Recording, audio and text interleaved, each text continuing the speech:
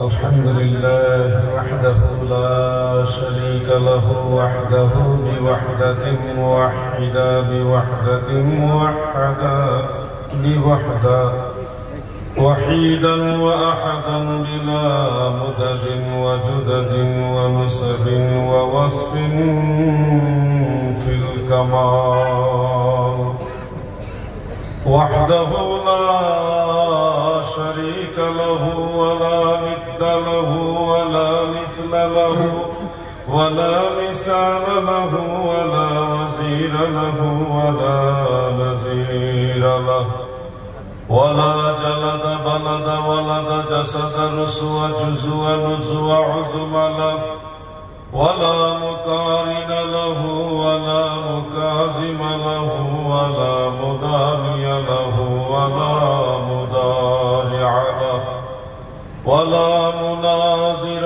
له ولا مقابل له ثم نشهد أن سيدنا وسندنا وحبيبنا وحبيب ربنا وطبيب قلوبنا ونورنا ومنورنا ومخدومنا ومعصومنا وشفيعنا ومولانا محمدا عبده ورسوله الذي يحمد حمدا بعد حمدي وآله وأصحابه وأهل بيته أجمعين أما بعد فقد قال الله تعالى إن الله وملائكته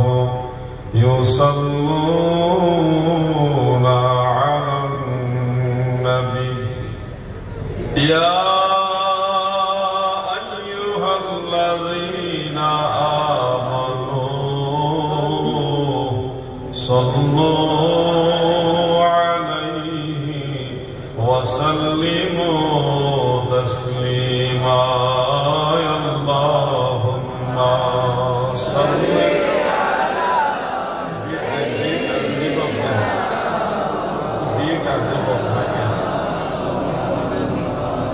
وعلى آله سيدنا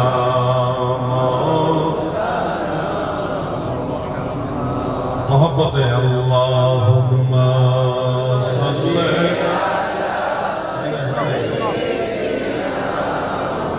مولانا محمد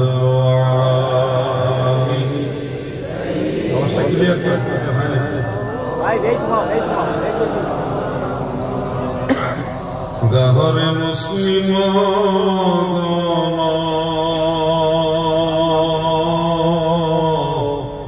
নবী গুণ গাওরে পরাণ ভরিয়া সবে সাল্লে আলা গাওরে আল্লাহুম্মা সাল্লি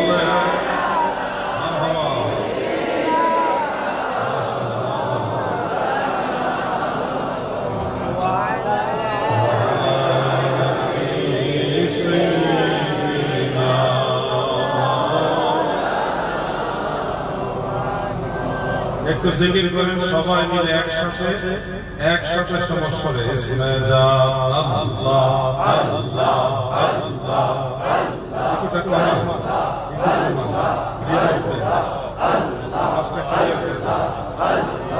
আল্লাহ আল্লাহ আল্লাহ আল্লাহ আল্লাহ আল্লাহ আল্লাহ আমি কি নাম লইয়া ডাকবো তোমারে আল্লাহ আল্লাহ আল্লাহ আমি কোন নাম লইয়া ডাকবো তোমারে আল্লাহ আল্লাহ আল্লাহ আল্লাহ আমি যেই নাম লইয়া ডাকি তোমায়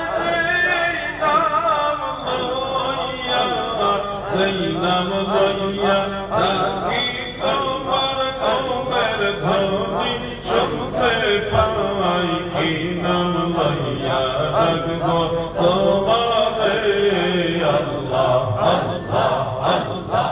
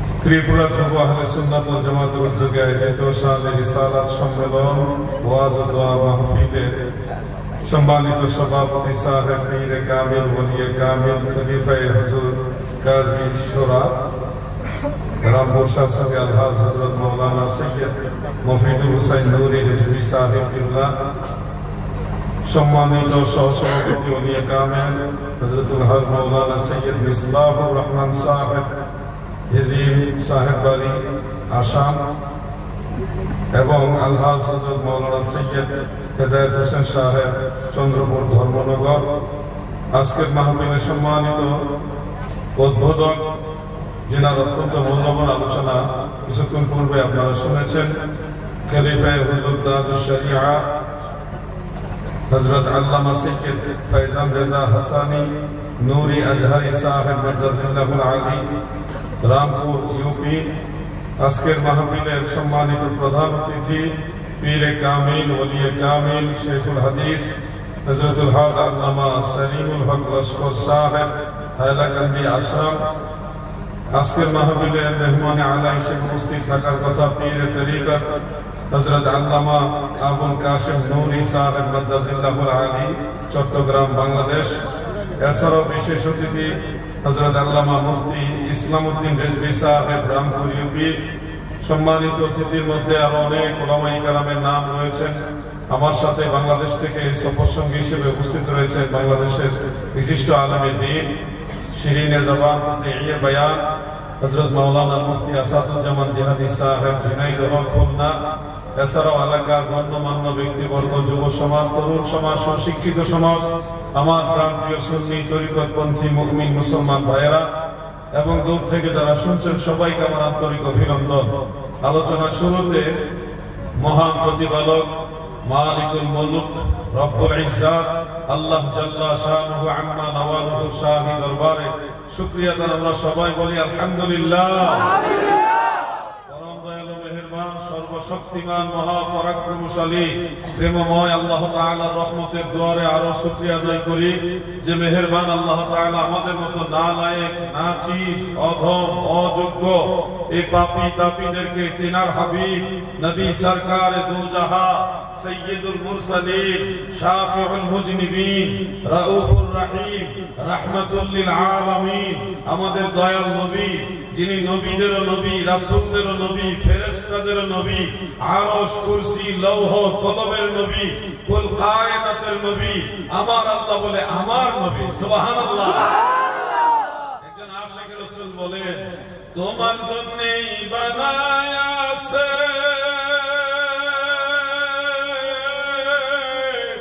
আমার আল্লাহ এই সারাটা দুনিয়া গো নবী, নবী তুমি ইমামুল আম্বিয়া, নবী তুমি ইমামুল আম্বিয়া। বলছে রাতের ঘাটে নবী থাকিবেন দাঁড়াইয়া, এই পাপী তাপী উম্মতের গো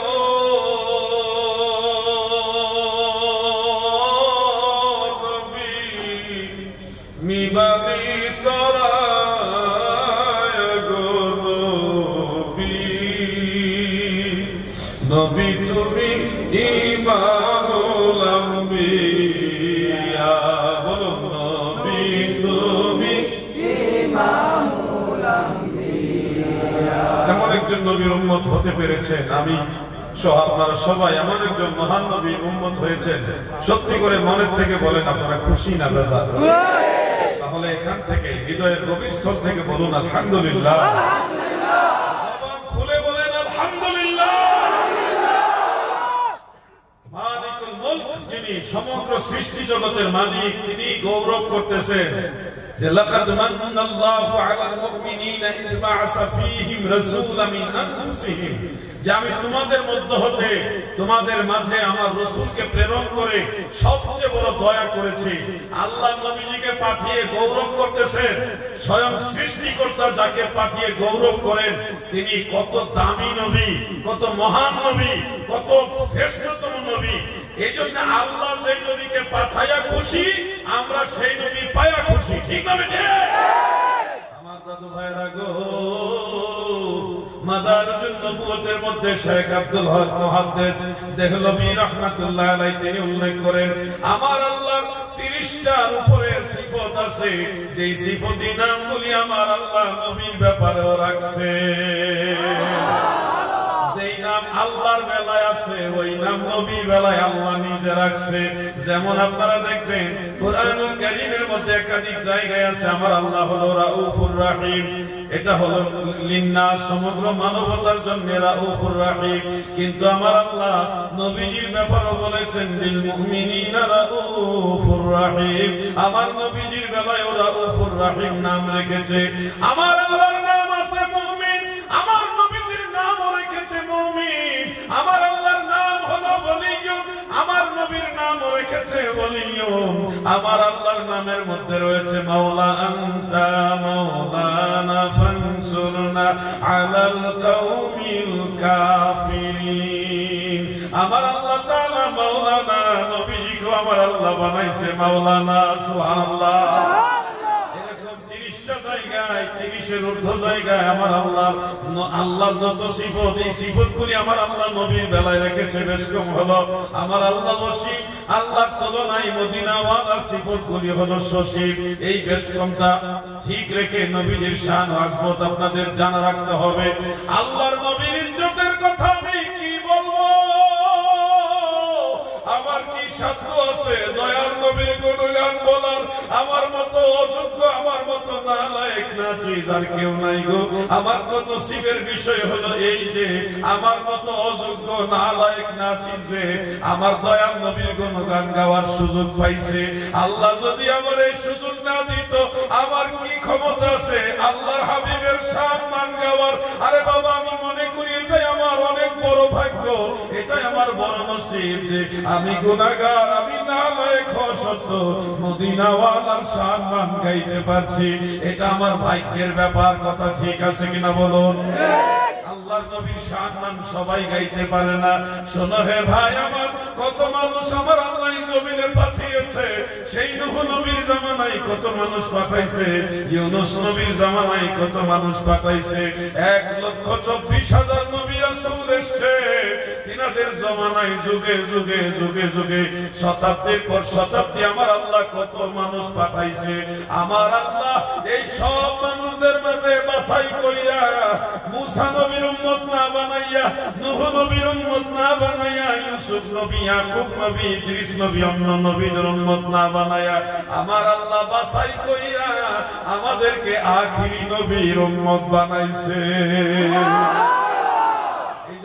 কি বলে আমার আল্লাহর শুকরিয়া আদায় করবো এই ভাষাও জানা নাই শোনো হে ভাই মন খুলে হৃদয় উজাড় করে আখিরি নবীর উম্মত হয়েছে এই কারণে আরেকবার বলেন আলহামদুলিল্লাহ আমি মাঝে মধ্যে একটা গজল বলি নবীজির শানের কথা বলবো রে কালে নবীজির গুণের কথা বলবো রে কারে, নরংশ দিবানা জঙ্গলায় ঠিকানা, ঘুরিয়া বেড়ায় নবী ধরে গোধারে, নবীজির শানের কথা বলবো রে কারে। নবী কান্ডারি হইয়া যাবেন তোরে বাইয়া, কান্ডারি হইয়া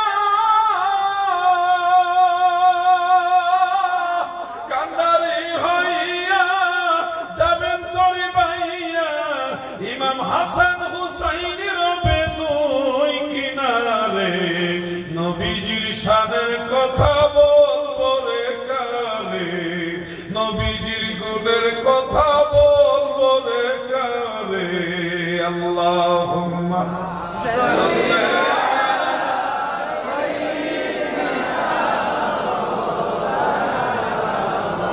মুহাম্মদ ওয়া আলা আলি সাইয়্যিদিনা।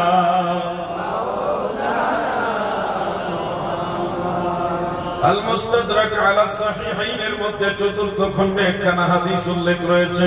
হাফেজ জালালউদ্দিন সুয়ুতী রাহমাতুল্লাহ আলাইহি খাসাইসুল কুবরার মধ্যে হাদিসখানা কোট করেছেন। আন ইবনে আব্বাস রাদিয়াল্লাহু তাআলা আনহুমা قال أوحى الله تعالى عز وجل إلى عيسى ابن مريم فقال يا عيسى آمن بمحمد سبحان الله।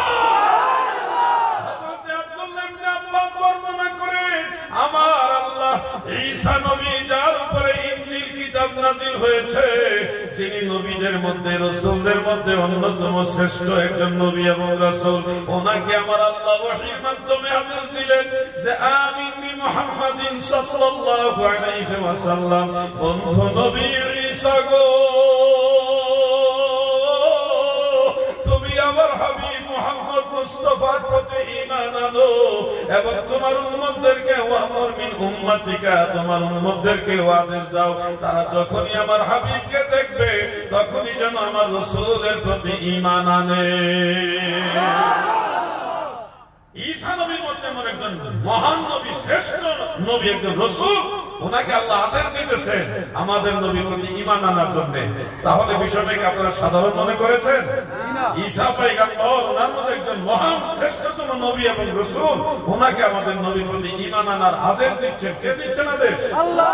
কোরআন শরীফের মধ্যে সেটা আছে। শুধু ঈসা নবীর জন্য না, সমস্ত নবীদেরকে আল্লাহ তাআলা রোজে আসরে একত্রিত করে আল্লাহ তাআলাকে আদেশ দিয়েছেন।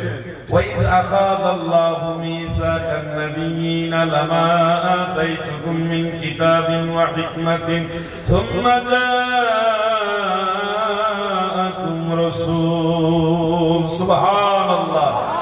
আমার আল্লাহ বলেন নবী গো,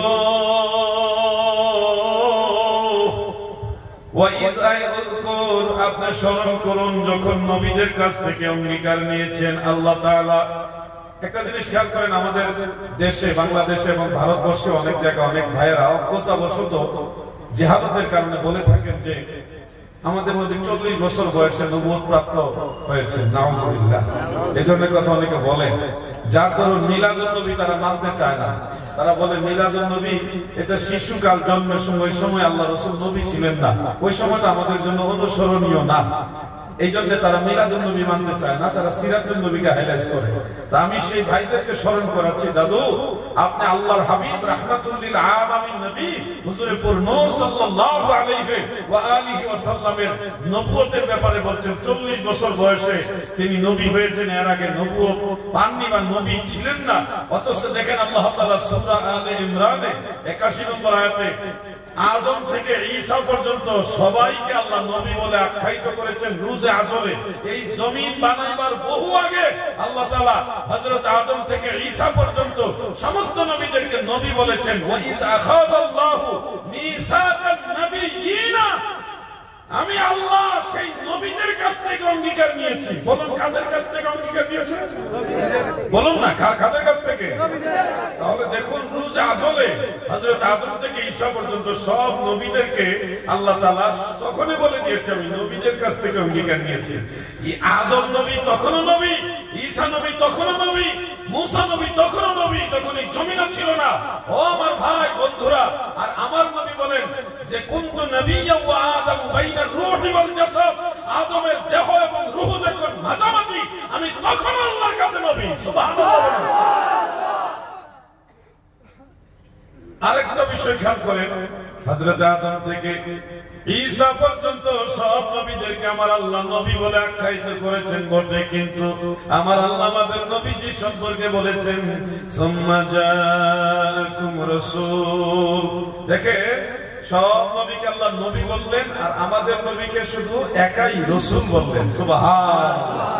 তাহলে নবীজির নবুয়ত, রিসালাত এটা সব নবীদের আগে, সব নবীদের বলুন, সব নবীদের আগে। অতএব যারা বলবেন যে 40 বছর বয়সে নবুয়ত পাইছেন, এই কথা সঠিক না, এই কথা ভুল। যারা বলেন নবীজি 40 বছর বয়সে নবুয়ত পেয়েছে, এই কথা কি ভুল। খাসায়েসুল কুবরার মধ্যে উল্লেখ রয়েছে আল্লাহ রাসূল সাল্লাল্লাহু আলাইহি ওয়াসাল্লামের ভিলাদাত শরীফ যখন হয়, শুভ আগমন মুবারক যখন হয়, তখনই আল্লাহর নবী এই পৃথিবীতে সেজদা অবস্থায় এসেছেন। সেজদা অবস্থায় এসেছেন, এসে আল্লাহ তাআলার সাথে গুনগুনায় কথা বলেছেন। ফারাফা রাসাহু মিনাল আরদ, এরপরে নবীজি সেজদা থেকে মাথা মুবারক উপরে তুললেন। এরপরে দুই পা, দুই হাঁটু, বাম হাত জমিনে ঠেস লাগিয়ে ডান হাতের এই তর্জনী শাহাদাত আঙ্গুল মুবারক, ছোট ছোট আঙ্গুল মুবারকগুলি আকাশের দিকে এইভাবে তুলে, আঙ্গুল মুবারক তুলে ওয়াকালাল লিসানুল ফাসিহ, বিশুদ্ধ ভাষায়, একেবারে বিশুদ্ধ আরবি ভাষায় নবীজি বললেন আশহাদু আল্লা ইলাহা ইল্লাল্লাহ ওয়া আশহাদু আন্নী রাসূলুল্লাহ। সুবহানাল্লাহ। আমার নবীজির দুইটা বিষয় এখানে খেয়াল করেন। এক নম্বর বিষয় হলো আল্লাহর নবী দুনিয়াতে সেই কথা বলেছে, দুনিয়াতে সেই আরবি ভাষায়, তাও বিশুদ্ধ ভাষায় কথা বলেছেন। নবীজি কারো কাছ থেকে ভাষা শিখা লাগে নাই, তার মানে আমার নবীর ভাষা শিখাইয়া দিছে আমার আল্লাহ। দয়াল নবী তুমি গো নমনি, দয়াল নবী তুমি গো নমনি, পাপী লোক ডরাইবেন বলে গো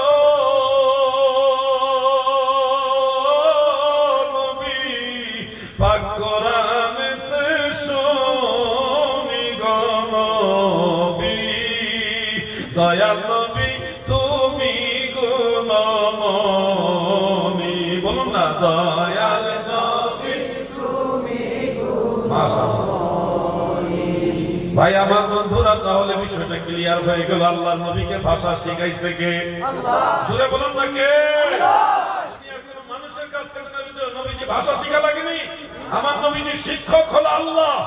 আর রহমান আল্লামাল কুরআন, রহমান আমার আল্লাহ তাআলা আল্লামাল কুরআন, 30 পারা কুরআনের যাহির ইলম এবং বাতিন ইলম, দুই ধরনের বিদ্যা আল্লাহ নিজে নবীজিকে শিখায় দিয়েছে। সুবহানাল্লাহ।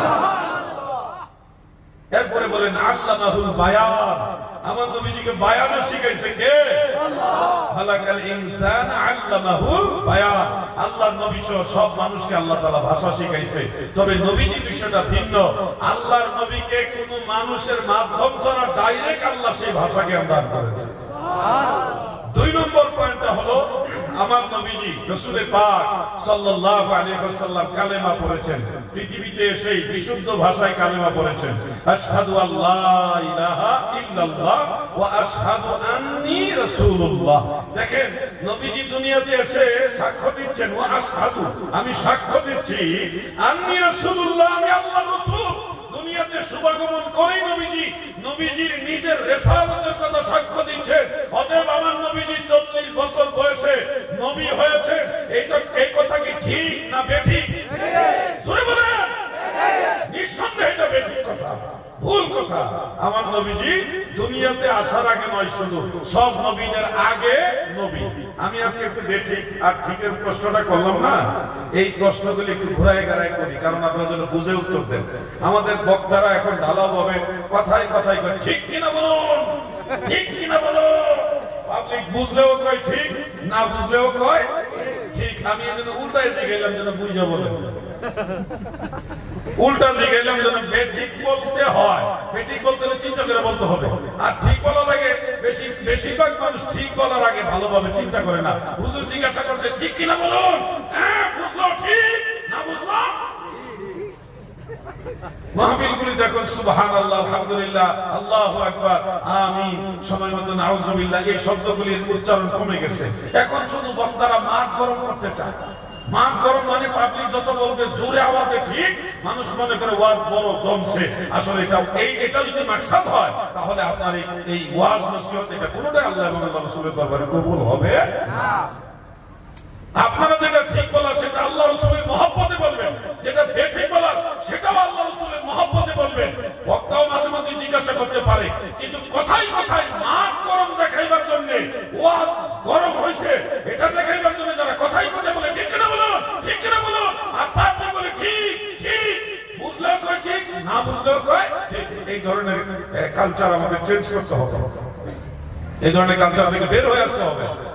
আমি বলছি না যে ঠিক কিনা বলা জিজ্ঞাসা করা যাবে না, মাঝে মাঝে জিজ্ঞাসা করা যাবে, যেটা সহজ বিষয়, সবাই যেটা বুঝে। কোরআনের তাফসীর করতেছেন, হাদিসের তাফসীর করছেন, মাসআলা বলছেন, ফিকহ মাসআলা বলছেন, উসুল বলতেছেন, আপনি কোরআন হাদিস মানুষকে শিক্ষা দিচ্ছেন।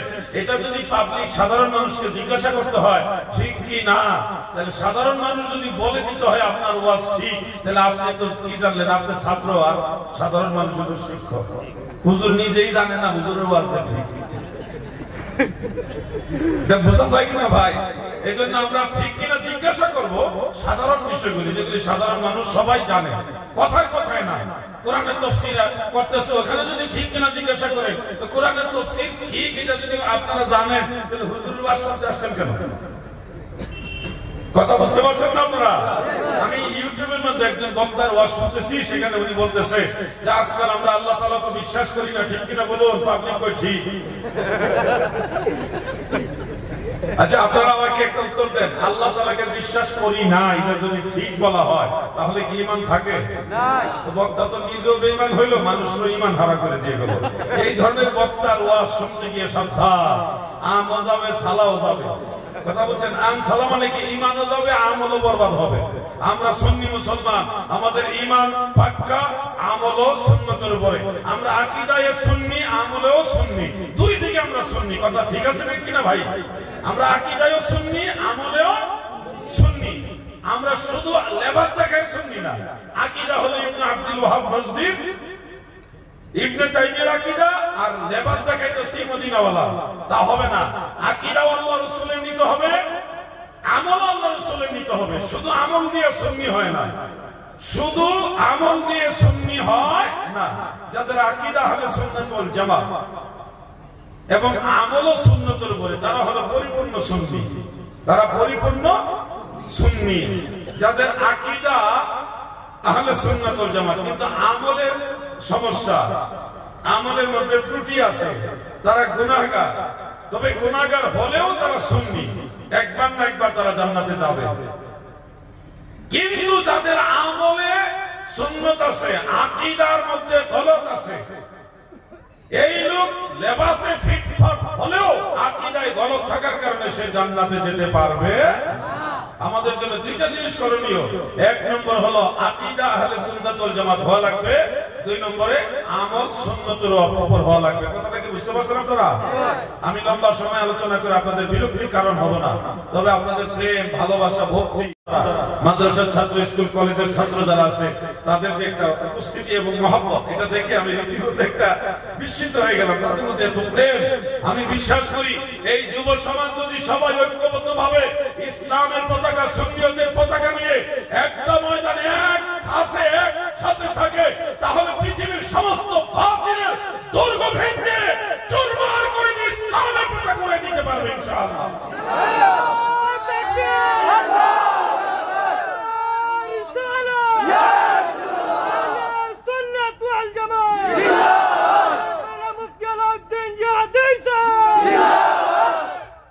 এই জন্য আপনারা যারা আছেন যুব সমাজ, যুবক ভাইরা, তোমরা কি এক আছো? সবাই বলো এক আছো? সমস্ত যুবকদেরকে নিয়ে আমি একটা তাকবীর দিব, রেডি হন। ওনার তাকবীর আমার পছন্দ হয়েছে না, আরো ভালো লাগবে। রেডি আছে?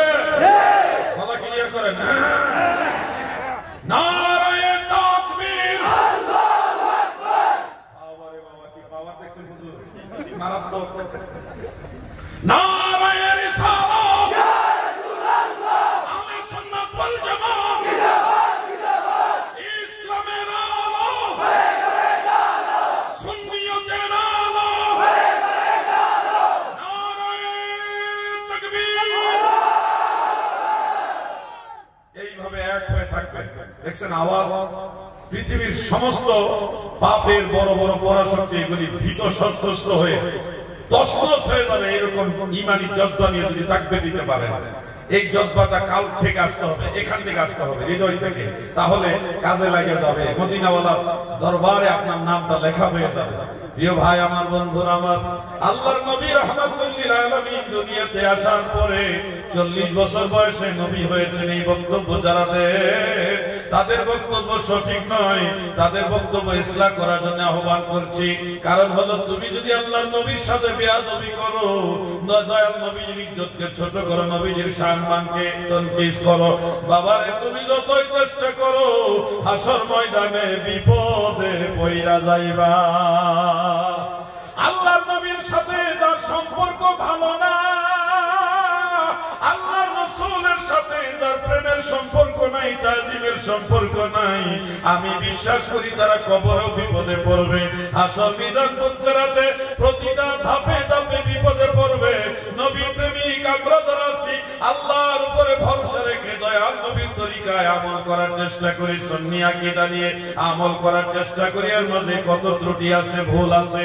আমার দাদু ভাইরা গো, আমরা গুনাহগার হইলেও হাসর ময়দানে আল্লাহর নবী আমাদেরকে শাফাআত করে তরায় নিবে, এই বিশ্বাস আমাদের আছে। এই জন্য আশিক বলেন, আমার দয়াল নবী তুমি গুণমণি, বলুন দয়াল নবী তুমি গুণমণি, পাপী লোক তরাইবেন বলে গো নবী, পাক কোরআনেতে শুনি গো নবী, দয়াল নবী তুমি গুণমণি, বলুন না দয়াল নবী তুমি গুণমণি, রহমতের ভান্ডার নবী তুমি নূরের খনি। সুবহানাল্লাহ বলুন। নবীজি নূরের খনি, সমস্ত নূরের নূর। তাফসীরের রুহুল মানির মধ্যে স্পষ্ট উল্লেখ রয়েছে, আজিমুন ওয়া হুয়া নূরুল আনওয়ার ওয়া নবিয়ুল মুখতার সাল্লাল্লাহু আলাইহি ওয়াসাল্লাম। আমার নবীর নূর হলো মহান এবং সমস্ত নূরের নূর, এইজন্য নূরের খনি। সুবহানাল্লাহ সুবহানাল্লাহ। আমাদের দেশে একটা দরবার চলে, নবীজির নূর নাই, একটা দরবার চলে এটা নিয়ে। আচ্ছা, তাহলে একটা কথা বলি, নবীজির নূর নাকি নূর নাই, এটা নিয়ে একটা দরবার চলে, মানে একটু বিতর্ক চলছে। তা আমি বিতর্কের দিকে না গিয়ে আল্লাহ রসুলের নূরানিয়তের ব্যাপারে কয়েকটা কথা বলি, আশা করি আমাদের বোধগম্য হয়ে যাবে ইনশাআল্লাহ। বলুন ইনশাআল্লাহ। পবিত্র কোরআন একটা সূরা আছে, সূরা কলম। নুন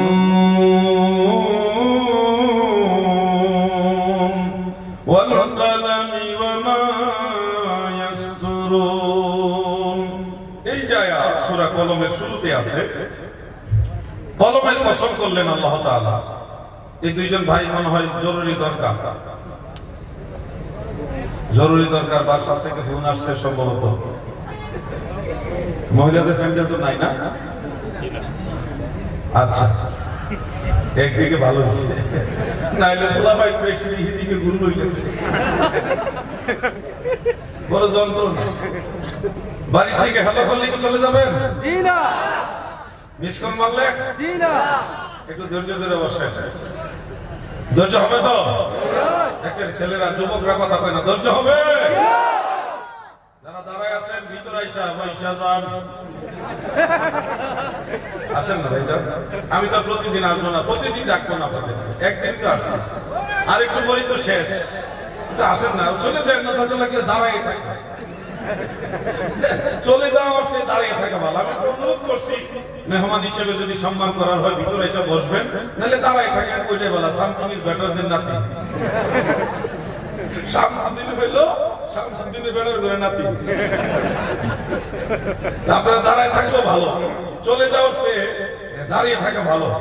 আপনারা একটু অনুরোধ করছি, ওই যে অনেকে দাঁড়িয়ে আছেন, বসেন বসেন। জুতা নিয়ে বসে যান, নাহলে জুতা চুরি হওয়ার সম্ভাবনা আমাদের বাংলাদেশে আছে। এখানে আছে কিনা দাঁড়িয়ে না আছে নাকি? সম্ভাবনা নাই। তারপরও বলা যায় না, জুতাটা সাথে নিয়ে জুতার উপরে বসে যান, তাহলে টেনশন থাকবে না। মোবাইল কিছু করে দেন, সাইলেন্ট করে দেন, বাসা থেকে মিস কল দিলেও যেন দেখা না যায়, আওয়াজ না শোনা যায়। এই মিস করলে কিন্তু মারাত্মক সমস্যা করে। তো বসবেন কিনা ইনশাআল্লাহ? আমি নূরের আলোচনা করব। আসল নূরের আলোচনা যাওয়ার আগে সূরা কলমে যে আয়াতটা তিলাওয়াত করলাম, এটা সম্পর্কে আমি কিছু বলার আগে আপনাদের সবাইকে নিয়ে আবার দয়াল নবীজি একবার বা দুইবার দরুদ শরীফ পড়তে চাই। আল্লাহুম্মা সাল্লি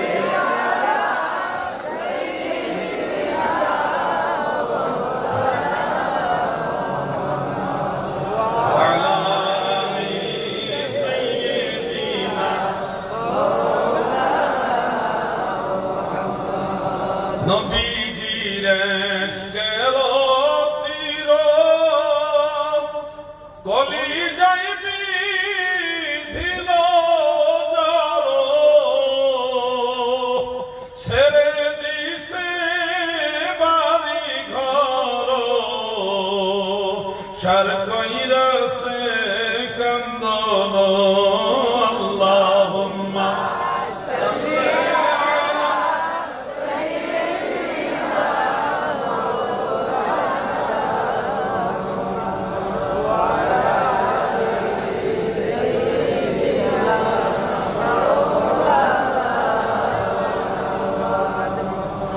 একটু সুর ধরে কথা না বললে মানুষ আবার শুনতে চায় না। মানুষকে হিকমত অবলম্বন করে দিনের কথাগুলি শুনাইতে হলে একটু সুর ধরতে হয়, মাঝে মাঝে যে একটা না করে সুর বলতে হয়। আমাদের অভ্যাস আছে ঘন্টার পর ঘন্টা এমনিতেই লেকচার দেওয়া মতো, কোনো গজল ছাড়া সুর ছাড়া। কিন্তু কি করবেন, ওইভাবে কথা বললে এইভাবে মানুষ শুনবে না। আবার কেউ মনে করেন না জিহাদি সাহেব হচ্ছে গজল গায় কেন? গজল আমি আমার জন্য গাই না, গজলের মধ্যে নবী পাকের মহব্বতের উন্মাদনা আছে, ওইটার উসিলে মানুষ বসবে এবং আমি আমার দয়াল নবীজির কথা, সুন্নিয়তের কথাগুলি তাদেরকে শোনাতে পারবো। এটা হেকমত। 12টার পরে ওয়াজ শোনানো একটা মারাত্মক যুদ্ধ। এই সময় হলো মানুষের ব্রেইনে ঘুমে ঘাও করে, ঘুমা ঘুমা, সব দিকে গ্রাস করে ঘুম। এই সময় ওয়াজ শোনানো কঠিন ব্যাপার। কথা বলছেন, সবাই তো কর্মজীবী মানুষ, সারাদিন ব্যবসা করছেন, চাকরি করছেন বা যে কোনো কাজকর্ম করছেন। এই রাত 12টার পরে 1টার পরে আবার যে ওয়াজ শুনবেন, এই এনার্জিটাও তো থাকতে হবে। এই জন্য গজল যদি না গাই, কোন শরীর যদি মাঝে মাঝে না পড়ি, তাহলে কিন্তু দেখা গেছে সবার মনোযোগটা ওরকম থাকবে না। তো কেউ আবার এরকম মনে করবেন না যে জিহাদ ভাই দরুদ শরীফ মাঝে মাঝে পড়ার দরকার কি, এত গজল গাওয়ার দরকার কি? এটা যে কি দরকার আপনি এইখানে থাকলে বুঝবেন, নাইলে বুঝবেন না। আমি ঢালাওভাবে বক্তব্য দিলে দেখবেন কোন গজল নাই, কোন শরীফ নাই, আধা ঘন্টা পরে দেখবেন মাঠ পুরোটাই খালি, মাইকলা ছাড়া। আর কয়েকজন লোক ছাড়া কেউ থাকবে না, কারণ পাবলিক যদি মনোযোগ আকর্ষণ করার জন্য যদি ওরকম চাহিদা না দিতে পারেন আল্লাহ রাসূলের শান গায়া, তাহলে সাধারণ মানুষকে আমাদের ওরকম হয়ে গেছে। নাকি বেজার হইলে না? তোরা বেজার হয় না, বাস্তবতারা তুলে ধরলাম। সূরা কলমের মধ্যে আমার আল্লাহ বলেছেন,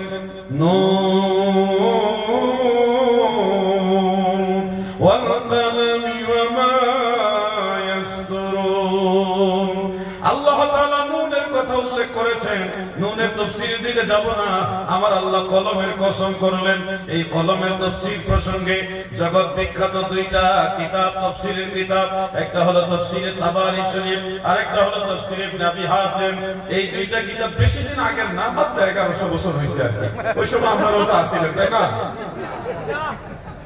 ওই সময় আপনারা সবাই আসছিলেন নাকি? কয়শো বছর হয়েছে কিতাবের বয়স? 1100 বছরের আগের কিতাব।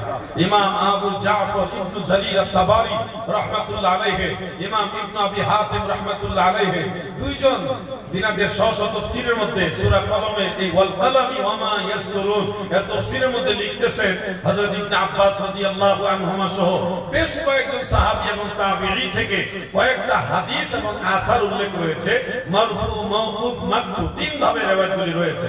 সেখানে মুলাক্কাস যে বক্তব্যটা সেটা আল-মুদখালের মধ্যে ইমাম ইবনুল হাজ মালিকি রাহমাতুল্লাহ আলাইহি একসাথে করে উল্লেখ করেছেন যে ইন্নাল্লাহা তাআলা খালাকাল আরশা ওয়াল কুরসিয়্যা ওয়াল লাওহা ওয়াল কলম মিন নূরি মুহাম্মাদিন সাল্লাল্লাহু আলাইহি ওয়াসাল্লাম। সুবহানাল্লাহ। দুনিয়ার মানুষেরা শোনো,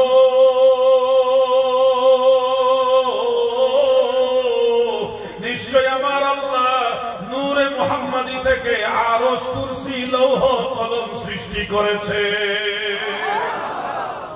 আর সে আজিম বানিয়েছে নূরে মুহাম্মাদি থেকে, কুরসি বানিয়েছে নূরে মুহাম্মাদি থেকে, লৌহ কলম বানিয়েছে নূরে মুহাম্মাদি থেকে। আমার কথা নয় দাদু, এটা আল্লাহ রাসূল এবং সাহাবীদের হাদিস আসারের মধ্যে উল্লেখ। দুইটা কিতাবের নাম বললাম, যদি খুঁজে না পান আমাকে জিজ্ঞাসা করেন, আমি আপনাকে খুঁজে বের করে দিব। ভাই, ঝগড়া করবেন না, মারামারি করবেন না, মুসলমানে মুসলমানের সংঘাত করবেন না। আমরা নবীজির নূরের বিষয়টা এত সেনসিটিভ কেন? নূর এই বিষয়টা আল্লাহ রাসূলের সম্মান, আমার নবীজির তাজিম। আপনি বলবেন মাটি বললে সম্মান বেশি, নূর বললে সম্মান কম। আমি বলবো না, মাটি বললে সম্মান বেশি না, নূর বললে সম্মান বেশি। কারণ নূর ছাড়া কোনো কিছুরই দাম নাই। আপনি যদি খেয়াল করেন, একটু ভালোভাবে যদি খেয়াল করেন, আদম আলাইহিস সালাম মাটির তৈরি, ফেরেশতারা নূরের তৈরি। নূরের তৈরি ফেরেশতারা আদম নবীর প্রতি সিজদায় অবনত হয়েছে। উসজুদু লিআদম, আদমের প্রতি তোমরা সিজদা অবনত হও। সেই সুবাদে সকল নূরের ফেরেশতারা আদমের দিকে সিজদা করেছে।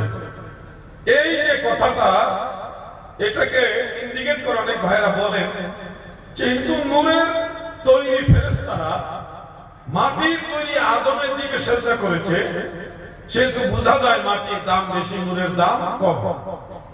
আমি আপনাকে, এটা তো সরাসরি কোরআন হাদিসের কোনো নস না, এটা কিতাবুল আন্দাজ। কিতাবুল আন্দাজ বলছেন একটা যুক্তি আর কি, মানলো কোন মতে একটা তুলনামূলক ইয়ে করে একটা আন্দাজে আমি বুঝছে যেটা ওইটাই কিতাবুল আন্দাজে ছেড়ে দিচ্ছি। আমি বলি ভাই কিতাবুল আন্দাজ আপনি দিচ্ছে, এবার আমিও কিতাবুল আন্দাজ শুনে দলিলের জবাব দলিল দিয়া, যুক্তির জবাব যুক্তি দিয়া। আমি বলবো প্রথম কথা হলো, নূরের ফেরেশতারা আদম নবীকে সরাসরি সিজদা করেছেন, এটা মুফাসসিরিনে কেরাম অনেকেই স্বীকার করেন নাই। তাফসীরে মাযহারির মধ্যে উল্লেখ, আদম ছিল, তাফসীরে কবীরের মধ্যে আছে, আদম ছিল ফেরেশতাদের কিবলা। ফেরেশতাদের কিবলা বলেন, ফেরেশতাদের কিবলা। সিজদার মালিক হলো আল্লাহ। এটা তাফসীরে মাযহারিতে আছে। আর তাফসীরে কবীরের মধ্যে উল্লেখ আছে, আদম ছিল ফেরেশতাদের কিবলা। আল্লাহর আদেশে নূরের ফেরেশতারা আদমের কপালে নূরে মুহাম্মাদি সাল্লাল্লাহু আলাইহি সাল্লাম ছিল। আল্লাহর আদেশে নূরের ফেরেশতারা নূরে মুহাম্মাদিকে সিজদা করেছে। সুবহানাল্লাহ। এই দুইটা ব্যাখ্যা পাওয়া যায়, আমি রেফারেন্স সহকারে বলে দিয়েছি, অনুমানে না, কিতাবুল আন্দাজ দিয়ে না, সরাসরি কিতাব দিয়া। একটু ভালোভাবে খেয়াল করবেন। আমরা বুঝলাম যে নূরের তৈরি ফেরেশতারা সরাসরি আদমকে সিজদা করেনি, সিজদা করেছে আদমকে কিবলা করে আল্লাহ তাআলাকে, অথবা আদমকে কিবলা বানিয়ে আল্লাহর আদেশে নূরে মুহাম্মাদিকে। আমরা কাবার দিকে সিজদা করি কিনা বলুন? আওয়াজে বোঝা যাচ্ছে আপনারা নামাজই করেন না। আওয়াজটা তো ওরকম বোঝা যাচ্ছে না। বলেন আমরা কাবার দিকে নামাজ পড়ি কিনা?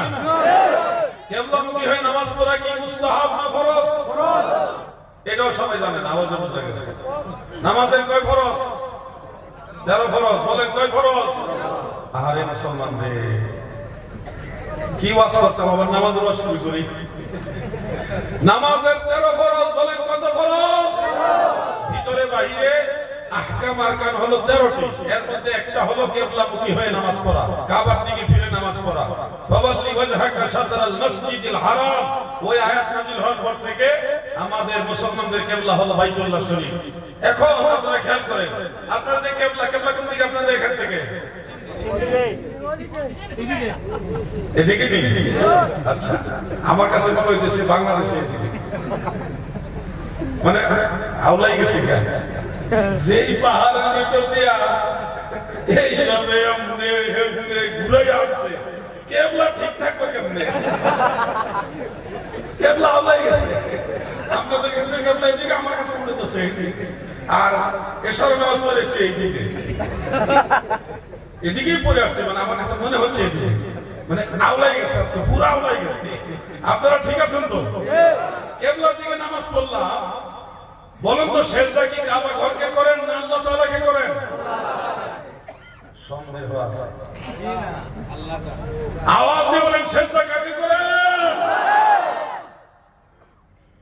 আমি আমার বাংলাদেশে একটা দরবারে খেদমতে ছিলাম, দীর্ঘদিন খেদমত করার চেষ্টা করেছি। সেই দরবারে যিনি হযরত পীর সাহেব কেবলা, তিনি হক ছিলেন, তিনি নকশবন্দি মুজাদ্দিদ ছিলেন, তিনি আকায়েদে আহলে সুন্নাত ওয়াল জামাতের অনুসারী ছিলেন, তিনি আমলে আখলাকে সুন্নাত নববীর অনুসরণ করতেন। তিনার কাছে আমি বায়াত গ্রহণ করেছি, কিন্তু তিনার ইন্তেকাল হয়ে গেছে 2001 সালে, এখন চলে 2024। ধারাবাহিক আস্তে আস্তে আস্তে আস্তে সেই জায়গার মানুষগুলোর মধ্যে এক অংশ, সবাই না, অনেক মানুষ আছে ভালো, এক অংশ দায়িত্বশীলদের মধ্যেও অনেকে রয়েছে যারা প্রকাশ্যে মাজারে সেজদা দেয়, যার ভিডিও চিত্র অনেকের কাছে আছে, আমার কাছে আছে। আমার জীবনে শত শত না হাজারের ঊর্ধ্বেবার দেখেছি। তো এই সেজদা আল্লাহ ছাড়া কাউকে দেওয়া যায় না, বারবার বোঝানোর চেষ্টা করেছি, বারবার আমি সহ একদল আলেম, সবাই না, আলেমদের মধ্যে আবার কিছু আছে বাদশাহ আকবরের দরবারে যে আলেম ছিল ওরকম আকবরী আলেমও সেখানে ছিল, আছে, এখনো আছে। এরা আবার সুন্দর ওয়াজ করে, শোনো ভালো আছে, কিন্তু সেজদার বিরুদ্ধে কিছু বলতে চায় না। আমির মুআবিয়া রাদিয়াল্লাহু আনহু যে সাহাবী, এটা নিয়ে ব্যাপকভাবে বলতে চায় না। আমি দেখলাম তারা একদিকে শিয়াবাদে ধাবিত হয়ে গেছে, আর একদিকে শিরক এবং হারাম কাজে লিপ্ত হয়ে গেছে। আমি বারবার এক শ্রেণীর জাকের মুরিদান এবং এক শ্রেণী আলেমদের কিনে প্রতিবাদ করেছি। যখন দেখি না তারা তো আল্লাহ ছাড়া গায়রুল্লাহকে সেজদা দিবেই, আমি বাধা দেই, কারণ আমার উপরে ক্ষিপ্ত হয়ে যাচ্ছে, এখন আমার জানমালের উপরে হুমকি হয়ে দাঁড়াইছে। এই জন্য আমি এত বিশাল এক দপ্তর থাকা সত্ত্বেও আমি আমার পীরকে না ওই মুশরিকদেরকে, যারা আল্লাহ ছাড়া অন্য কাউকে সেজদা করে, গায়রুল্লাহকে সেজদা করে, মাজারকে সেজদা করে, সেই ধরনের মুশরিকদেরকে আমি বাদ দিয়ে আল্লাহর ওয়াহদানিয়তের পবিত্রতা রক্ষার জন্য আমি তাদের সাথে সম্পর্ক বিচ্ছিন্ন করে দিয়েছি। কারণ আমার কাছে গোটা দুনিয়ার চেয়ে আকীদা বড়, ঈমান বড়। আপনাদের কাছে ঈমান বড় কিনা বলুন? আমি আবার পীর কেবলাকে দায়ী করি না, দায়ী করি ওই সমস্ত মূর্খ জাহেল বর্বরদেরকে, যারা না শরীয়ত বুঝে, না তরিকত বুঝে, না আকীদা বুঝে, না মারিফত বুঝে, না হাকিম, বিড়ি ঠিক নামাজে সব বিড়ি খায়। আবার বিড়ি ওয়াজ ধরলে আরেক বিপদ। আমাদের বাংলাদেশে এক লোক বলতেছে আমাকে, এসে জিয়াদ হিসেবে হুজুর গাঁজার বিরুদ্ধে ওয়াজ করবেন না, কারণ গাঁজা এটা গাছ থেকে আসে, গাছ তো আল্লাহই বানিয়েছে, এটা হারাম হলে কি আল্লাহ বানাইতো? কত নম্বরের বারো ঘন্টা গাঁজা খায়, আমার বলে গাঁজার বিরুদ্ধে যেন ওয়াজ রাখবে। আমি বললাম গাঁজা আল্লাহ বানাইছে, এই কারণে আপনি খান? আমাকে উত্তর দিয়েছে ইয়েস। আমি বললাম আল্লাহ কুকুর বানিয়েছে, বিড়াল বানিয়েছে, মশা মাছি পোকা মাকড় সব বানিয়েছে, সব খাবেন না? কেন খাবেন না?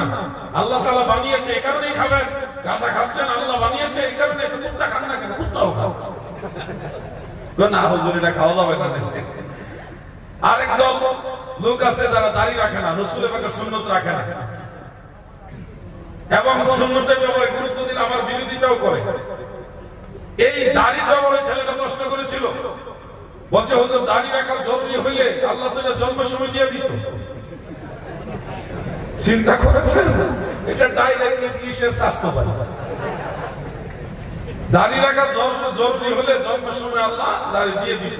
যেহেতু জন্মের সময় দাড়ি ছিল না, সেহেতু বোঝা যাচ্ছে দাড়ি রাখা জরুরি না। নাউজুবিল্লাহ বলে, জোরে বলেন।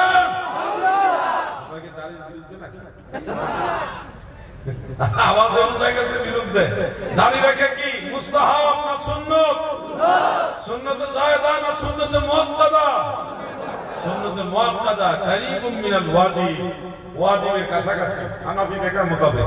এজন্য দাড়ির ব্যাপারেও আমাকে বলছে যে দাড়ি রাখা যদি জরুরি হতো এটা জন্মের সময় আল্লাহ তাআলা দিয়ে দিত। আমি বললাম জন্মের সময় আল্লাহ দাড়ি দেয় না, এই জন্য আপনি ফেলে দেন। সে আমাকে ইয়েস বলে, ইয়েস। আমি বললাম ঠিক আছে একটা হাতুড়ি আনেন। কেন? যে হাতুড়ি আনেন, আপনার মুখে যত দাঁত আছে সব হাতুড়ি দিয়ে ভেঙে যাবে। কেন হুজুর? জন্মের সময় দাড়ি ছিল না, এই কারণে আপনি ফেলে দিচ্ছেন। জন্মের সময় আপনার দাঁত আসছিল, এটা ফেলে দেবেন। হুজুর উত্তর পাইছি দাঁত ভাঙেন না। আমার দাদু ভাইরা এই জন্য কোন ধরনের শিরক, কুফর এবং ভণ্ডামির সাথে সুন্নিয়তের সম্পর্ক নাই। কোন শিরক, বিদআত, ভণ্ডামি, কুফরের সাথে আহলে সুন্নাত ওয়াল জামাতের কোন সম্পর্ক নাই। আমার ভাইরা, নূরের ফেরেশতারা সিজদা দিয়েছে মূলত আল্লাহ তাআলাকে অথবা আল্লাহর আদেশে নূরে মুহাম্মাদীকে। আদমকে সিজদা দেয়নি। আদম ছিল কিবলা। আদম ছিল কি? কিবলা। আমরা যেমন নামাজের সময় কাবার দিকে নামাজ পড়ি, কিন্তু সিজদা কাবা ঘরকে করি না, সিজদা করি কাকে? আল্লাহ তাআলাকে সিজদা করি। দাদুরে, আপনি যুক্তি দ্বারা করেছেন কিতাবুল আন্দাজ দিয়া যে নূরের তৈরি ফেরেশতারা আদম নবীর সিজদা করেছে। হাকিকত খুঁজে দেখি কোন ফেরেশতাই আদমকে সিজদা করে নাই। আদমকে কিবলা বানাইয়া নূরে মুহাম্মাদীকে সিজদা করেছে। নূরে মুজাসসাম লাখ লাখ সালাম, তোমার প্রেমে পড়ি মোরা মিলাদে কিয়াম। তোমার নূরে সৃজন হলো দুনিয়া তামাম। তুমি হলে কাবার কাবা, তুমি হলে কাবার কাবা, নবী আকরাম নূরে মুজাসসাম লাখ লাখ সালাম, তোমার প্রেমে পড়েন মিলাদে কিয়াম। বলেন না, আমার সাথে না বলে তো বুঝা যায় আপনারা রাগ করছেন। তোমার প্রেমে পড়ি মোরা মিলাদে কিয়াম, তোমার নূরে সৃজন হলো দুনিয়া তামাম। আমার ভাইরা গো, এক কথা মনে রাখবেন, নূর দ্বারা ইজ্জত বাড়ে। শুধু যদি ধরে নেই যে মাটির তৈরি হইলে দাম বেশি, নূরের তৈরি হইলে দাম কম, যারা এই যুক্তিটা দেয় তাদের যুক্তি অনুযায়ী ফেরেশতা জিবরিল আমিন আলাইহিস সালাম নূরের তৈরি, তাদের যুক্তি অনুযায়ী আবু জাহেল মাটির তৈরি, ফেরাউন নমরুদ মাটির তৈরি। আমরা তাদেরকে মাটির তৈরি বলি না, নূরের তৈরি বলি। ফেরেশতারা নূরের তৈরি, এটা ঠিক আছে। এখন যদি নূরের তৈরি হইলে দাম কম হয়, মাটির তৈরি হইলে দাম বেশি হয়, ওনাদের যুক্তি অনুযায়ী মাটির তৈরি হইলে দাম বেশি, তাহলে জিবরিলের চেয়ে ফেরাউনের দাম বেশি হবে। কথা বোঝেন না বাবা? ওনাদের দৃষ্টিতে মানুষ মাটির তৈরি, তো ফেরাউন মানুষ ছিল না, তো ফেরাউন মাটির তৈরি ওনাদের দৃষ্টিতে। তো মাটির তৈরি হইলে দাম বেশি, নূরের তৈরি হইলে দাম কম, তো জিবরিল নূরের তৈরি, ফেরাউন মাটির তৈরি। ওনাদের যুক্তি অনুযায়ী হযরত জিবরিল আমিন আলাইহিস সালাম এর চেয়ে ফেরাউন নমরুদের দাম বেশি। বোঝা কিনা ভাই? যুক্তি অনুযায়ী। আবার খেয়াল করে হযরত আবু বকর সিদ্দিক রাদিয়াল্লাহু আনহু এবং আবু জাহেল, এই দুইজন সৃষ্টিগতভাবে একই, কিন্তু মর্যাদার দিকে আবু জাহেল বড় না সিদ্দিক আকবর বড়? তুলনাই হবে না। আবু বকর সিদ্দিক, তোমার মূল্য কেন বেশি গো? উত্তর হবে, আমার ভিতরে ঈমান আছে, আমি ইসলাম ধর্মের ভিতরে আছি, আমার ভিতরে কোরআন আছে, আল্লাহ রাসূলের ইলম আছে, এই জন্য আমার মূল্য বেশি। আবু জাহেলের ঈমান নাই, তার ভিতরে ইসলাম নাই, তার ভিতরে কোরআন নাই, আল্লাহর দেওয়া জ্ঞান নাই, এই জন্য তার মূল্য নাই। ও ভাই আমার, আমরা বুঝলাম ইসলাম, ঈমান, কোরআন, এইগুলির দ্বারা হলো মর্যাদা বাড়ছে। আল ঈমানু নূরুন ওয়াল ইসলামু নূরুন ওয়াল কুরআনু নূরুন ওয়াল ইলমু নূরুন। ঈমান, ইসলাম, কোরআন, এগুলি হলো নূর। এই নূর থাকার কারণে আবু বকর সিদ্দিকের দাম বেশি, এই নূর না থাকার কারণে আবু জাহালের কোনো দাম নাই। তাহলে মর্যাদা বাড়ে কমে নূরের কারণে। আদম নবী, ওগো বাবা আদম, আপনার মর্যাদা এত বেশি হইল কেন? প্রথম উত্তর হলো, শোনা হে বৎস, আমি হলাম আল্লাহর নবী, আল্লাহ রাসূল। নবুয়ত রিসালাতের মর্যাদা এমনিতেই সব নূরের তৈরি ফেরেশতাদের চাইতে বেশি, এই জন্য আমার দাম বেশি। দ্বিতীয় উত্তর হলো, ও আমার সন্তানেরা শুনো, আমি আদম নবীর কপালে নূরে মুহাম্মাদি ছিল, নূরে মুহাম্মাদির কারণে আমার আল্লাহ আমি আদম নবীর ইজ্জত আরো বাড়াইয়া দিয়েছে। দয়াল নবী তুমি গুণমণি, দয়াল নবী তুমি গুণমণি, রহমতের ভান্ডার নবী তুমি, নূরের খনি। সুবহানাল্লাহ। এই পাপী লোক তরাইবেন বলে গো নবী, পাক কোরআনেতে শুনি গো নবী, দয়াল নবী তুমি গুণমণি। বলো না, দয়াল মাশাআল্লাহ। নবীর গান শুনলে ভালো লাগে, কেন জানে ভালো লাগে জানি না। আমার নবীজির গুণগান, নবীজির নাচ শরীফ শুনলে কেন জানে তো ভালো লাগে, গাইতেও মন চায়। মাহফিলে বসে যে গাই তা না, আমরা যখন সফর করি, মুফতি আসাদুজ্জামান সাহেব, আমার স্নেহস্পদ রুবেল আমিন, এমনকি হাজী বয়োজ্যেষ্ঠ আমাদের একজন মুরব্বী হাজী আনসার শেখ সাহেব, বীরভূম শিলহা দিতে পারি, তিনি, আমরা তো গাড়িতে থাকি, একটু পরে পরে গজল গান দিই, নবীর শান গাই, গাইতে গাইতে আমরা রাস্তাগুলি পার হয়ে আর নবীর গান গাই। এটা আমাদের একটা প্রেম। আপনারা যখন সুযোগ পাইবেন নবীজির নাম শরীফ গাইবেন, বলেন ইনশাআল্লাহ, জোরে বলেন ইনশাআল্লাহ। আমি এই আলোচনাটা যদি বিস্তারিত করি অনেক সময় লেগে যাবে, আমি শর্টকাটে শুধু এটুকু বলবো, আমরা আহলে সুন্নাত ওয়াল জামাতের আকীদা মোতাবেক নবীজির বাশারিয়াত এবং নূরানিয়াত দুটাকেই মানি। আমরা নবীজির বাশারিয়াতকে অস্বীকার করি না, বরং নবীজি বেমিসাল বেনজির বাশার, বেমিসাল বেনজির বাশার। আমার নবীজির বাশারিয়াতের সাথেও কারো কোনো তুলনা চলবে না। হযরত আদম নবী সব মানুষের বাবা, আবুল বাশার, ইব্রাহিম নবী সমস্ত নবী রাসূলদের বাবা, যার কারণে ওনাকে বলা হয় আবুল আম্বিয়া।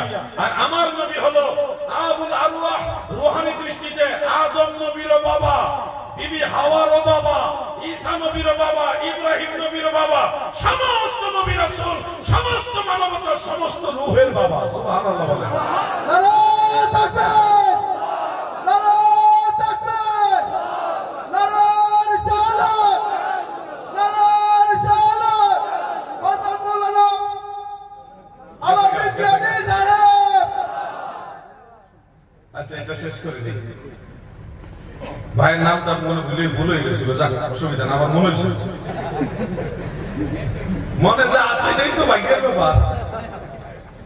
বন্ধুরা আমার, নূরের বিষয়টা আমি যেটা বলতে চাই, একটু না বললে পরিপূর্ণ হবে না কথাটা। সেটা হলো যে নবীজির বাসা, নবী মানুষ, বেমিসাল বেনজির বাসার মানুষ হওয়া সত্ত্বেও নূরের তৈরি হয় কিভাবে? এই প্রশ্নটা অনেকের মনের মধ্যে ঘুরপাক খায়। আমাকে অনেকে প্রশ্ন করেছে যে নূরের তৈরি ফেরেশতারা তো খাওয়া দাওয়া করে না, তাদের বিয়ে শাদী নাই, সন্তানাদি জন্ম দেওয়ার সিস্টেম নাই, হাজাতুল ইনসান যেটা বসরা পায়খানা, এই হাজতও নাই, তাহলে ফেরেশতারা তো নূরের তৈরি, তাদের তো এগুলি নাই।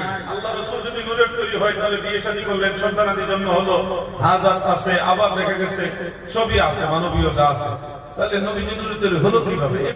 আপনারা জানেন কিনা হযরত শীস আলাইহিস সালামের মাজার এই ভারতবর্ষে আছে, লখনৌ থেকে ইউপিতে হুজুরের দেশে, ইউপি থেকে লখনৌ যেতে হয়, ওখান থেকে ফাইজাবাদ থেকে একটা এলাকা হলো অযোধ্যা বা আয়োধ্যা। হ্যাঁ, আয়োধ্যা বা অযোধ্যা, ওখানে গেলে বাবরি মসজিদের 1 কিলোমিটারের কাছেই একটা পাহাড়ের প্রায় পাদদেশে হযরতে নবী শীস আলাইহিস সালামের মাজার আছে। তো ওখানে আমি গিয়েছি, আলহামদুলিল্লাহ জিয়ারত করেছি। হুজুর গাউসে পাক বড় পীর আব্দুল কাদের জিলানী রাহমাতুল্লাহ আলাইহির একজন খলিফা সেখানে শায়িত আছে এবং অনেক বড় বড় আল্লাহর ওলি এসে মাজার শরীফটা চিহ্নিত করেছেন, জিয়ারত করেছেন, এটা স্বীকৃতি দিয়েছে। তো সেখানে কেন আমি নিয়ে আসলাম, শীস আলাইহিস সালামের স্ত্রী ছিল জান্নাতি হুর। জান্নাতি হুর, বলেন জান্নাতি হুর। আমাকে আবার প্রশ্ন করেন নাই হুরের নাম কি, কারণ আমাকে একবার প্রশ্ন করছেন নূহ নবীর নানির বাপের নাম। আরেক জায়গায় ওই ট্রেনের ড্রাইভার, বাংলাদেশের ট্রেনের ড্রাইভার আমার দেখা কয় যে শীস নবীর স্ত্রী যে হুর, উনার নাম কি?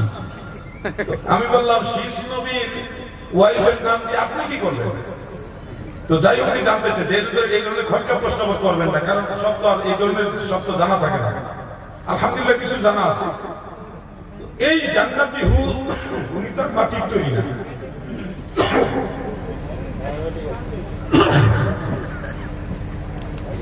জান্নাতি হুর ওনার নাম হযরতে উযায়রা রাদিয়াল্লাহু তাআলা আনহা। তিনি তার মাটির তৈরি না, নুতফার তৈরিও না, কারণ ওনার বাবা মা নাই, ওনাকে আল্লাহ এমনি বানিয়েছে। জান্নাতি হুর ওনারা হলো নূর। জান্নাতি হুর ওনারা কি? নূর। তো নূরের সেই হুর আল্লাহ তাআলা পৃথিবীতে পাঠালেন এবং শীস পয়গম্বরের সাথে ওনার বিবাহ হয়েছে।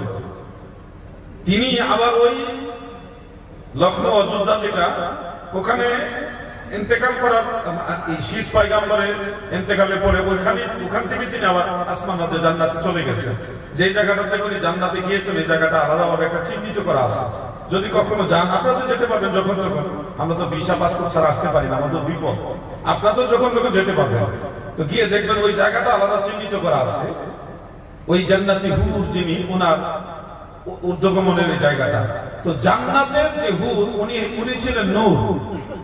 নূরের তৈরি হওয়া সত্ত্বেও তিনার সন্তানাদি হয়েছে এবং এই পৃথিবীতে এখন যত মানুষ আছে এর মধ্যে অনেক মানুষ হলো শীস পয়গম্বর যে জান্নাতি হুরের সাথে বিবাহ বন্ধন আবদ্ধ হয়েছে, ওনার বংশধর, ওনার গর্ভ থেকে যারা আসছে তাদের বংশধর হলাম আমরা। এখন আপনি এইটুকু চিন্তা করে দেখেন যে নূরের তৈরি হইলে খাওয়া দাওয়া করে না, হ্যাঁ, হাজত থাকে না, সন্তানাদি জন্ম দেয় না, অসম্ভব। আপনার এই প্রশ্নটা যদি শীস আলাইহিস সালামের স্ত্রী হযরতে উযায়রা আলাইহাস সালাম তিনার ব্যাপারে বলি, তাহলে আপনি কি উত্তর দিবেন? কারণ আপনি এমন হতে পারে আপনি নিজেও শীস আলাইহিস সালামের পরবর্তী বংশধর। তাহলে আপনি যদি নূরের তৈরি শীস পয়গম্বরের স্ত্রী গর্ভ থেকে পর্যায়ক্রমে দুনিয়াতে আসতে পারে, তাহলে আল্লাহ রাসূল সাল্লাল্লাহু আলাইহি ওয়াসাল্লাম নূরে মুজাসসাম হওয়া সত্ত্বেও নবীজিরা আওলাদ আসবেন, এটা কেন অস্বীকার করছেন? যেটা আপনার নিজের বেলায় হয়েছে, আপনি নিজে হয়েছেন, যার মাধ্যমে মানে নূরের তৈরি স্ত্রী গর্ভ থেকে যারা এসছে তাদের পরবর্তী বংশধর হলেন আপনি, আমরা। আপনার বেলায় যেটা সম্ভব হয়েছে, আল্লাহ রাসূলের বেলায় সেটা অসম্ভব হবে কেন? এই প্রশ্নটার উত্তর আপনি বের করেন।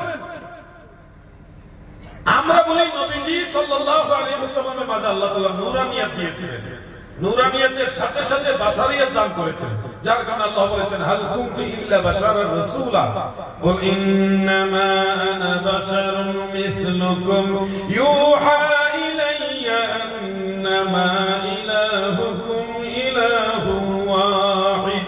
নবী গো, আপনি বলে দিন আমি তোমাদের মতোই মানুষ, আমার কাছে ওহী আসে, তোমাদের রব প্রভু একক আল্লাহ। এখানে নবীজিকে আল্লাহ বলেছেন আপনি বলুন আমি তোমাদের মতো মানুষ। এটাকে দলিল করে যারা বলছেন নবী আমাদের মতোই মানুষ, ভাই আমার এই আদেশটা শুধুমাত্র নবীজির বেলায় বলা হয়েছে, সবার বেলায় না, শুধু নবীজিকে বলার জন্য বলা হয়েছে। হিজিব সাহেব বাড়ির যিনি শাহজাদা সৈয়দ সাহেব হুজুর এখানে আসছেন, উনি যদি বলে এই জমিনের উপরে আসমানের নিচে আমার মতো গুনাহগার আর কেউ নাই গো। এই কথা যদি উনি বলে, ওনার মুখে বললে এটা আল্লাহর প্রতি ভয়, এটা পরহেজগারিতা, এটা ওনার তাকওয়া, এটা ওনার নম্রতা, বিনয়, তাওয়াদু হিসেবে প্রকাশ পাবে। কিন্তু ওনার এই কথাকে ডকুমেন্ট করে আপনারাও যদি বলেন হিজিব সাহেব বাড়ির সৈয়দ সাহেব হুজুর উনি পৃথিবীতে সবচেয়ে বড় গুনাহগার, আপনারা বললে কি এটা হবে?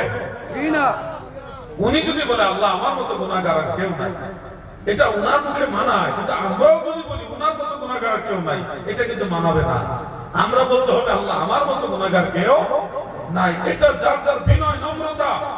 হযরত ইবনে আব্বাস, হযরত হাসান বসরি ইনারা বলেছেন তাফসীরে খাসের তাফসীরে মাআলিমুত তানজিলের মধ্যে সূরা কাহফের 110 নম্বর আয়াতের তাফসীর এবং সূরা হামিম সাজদার 6 নম্বর আয়াতের তাফসীরের মধ্যে উল্লেখ যে ইন্নামা আনা বাশারুম মিসলুকুম, এটা ছিল নবী পাকের তাওয়াদু, বিনয়, নম্রতা। হাকিকি দৃষ্টিতে নবীজি আমাদের মতোই বা আমরাও নবীর মতো, এটা বোঝানোর উদ্দেশ্য না। আমি আপনাদের যেটা বলবো বোঝানোর জন্য, নবীজি ভাষা আমরা আকীদা হিসেবে বিশ্বাস করি, কিন্তু আমরা বলি না যে আমাদের মতো আমরা বলি না। তিনি বেমিসাল বেনজির ভাষা। অনেক কথা আছে সত্য, কিন্তু বারবার বললে এটা আদবের মধ্যে থাকে না। আপনাদের মা বেঁচে আসেনি, আপনাদের মা জোরে বলেন আছে? আচ্ছা, বাড়িতে গিয়ে যদি মাকে ডাক দিয়ে বলেন মা বা মা, দরজা খুলেন, মা তাড়াতাড়ি দরজা খুলবেন, খাবার চাইলে খাবার দিবেন। কিন্তু আপনি যদি কথাটা মা না বলে ঘুরে বলেন আব্বার স্ত্রী দরজা খুলে আমি এসছি, বলেন মা কি খুশি হবেন? আপনারা কি এমনি বলেন মা কি খুশি হবে? কথা তো ভুল না, কথা ঠিক, কিন্তু এইভাবে আপনার মুখে এই কথা মানায় না। বন্ধুরা আমার, আপনাদের এই ভারতবর্ষে মায়ের আপন ভাইকে কি বলে? মায়ের আপন ভাইকে মা ডাকে মামা না? আচ্ছা, মামাকে যদি বলেন মামা ভাত খাইতে আসে, মামা খুশি হবে। কিন্তু যদি এইভাবে না বলে ঘুরায় বলেন আব্বার শালা ভাত খাইতে আসে, তাহলে কি মামা খুশি হবে? কথা কিন্তু ভুল না, কথা ঠিক, কিন্তু এইভাবে আপনি বললে মামা এটা ভালোভাবে নিবে না, পজিটিভ নিবে না, বলবে ভাগিনা বেয়াদব। কথা বুঝতে পারছেন নাকি? অনেক জিনিস আছে ঠিক, কিন্তু সব সময় সবার মুখে এটা মানায় না। আল্লাহ রাসূল সাল্লাল্লাহু আলাইহি সাল্লাম সূরাতান বাশার, আমাদের মতো সূরাতান বাশার, কিন্তু হাকিকতান আমার নবী বেমিসাল বেনজির। আমরা যদি কথাই নবীজি বলেছেন আমি তোমাদের মতো মানুষ, এটা ছিল দয়াল নবীর বিনয়, তাওয়াদু, নম্রতা। কিন্তু আমরাও যদি বলি নবী আপনি আমাদের মতো, বা মানুষকে বলি আল্লাহর নবী আমাদের মতো মানুষ, এটাও আদবের মধ্যে পড়ে না। আমার নবীকে তোমার মতো মানুষের নজরে দেখো না, আল্লাহর নবীকে তোমার আমার মতো মানুষের নজরে দেখা আমাদের কাজ নয় গো। আল্লাহর নবীকে আল্লাহর নবীর নজরে দেখতে হবে, আল্লাহর রাসূলের নজরে দেখতে হবে। কথা ঠিক না বেঠিক? নবীকে নবীর নজরে দেখতে হবে। সাহাবায়ে কেরাম নবীজির হাদিস বয়ানের সময় কেউ বলে নাই যে ক্বালা মুহাম্মদ ইবনে আব্দুল্লাহ, কেউ বলেনি। সবাই বলেছেন ক্বালা রাসূলুল্লাহি সাল্লাল্লাহু আলাইহি ওয়াসাল্লাম, আল্লাহর রাসূল বলেছেন।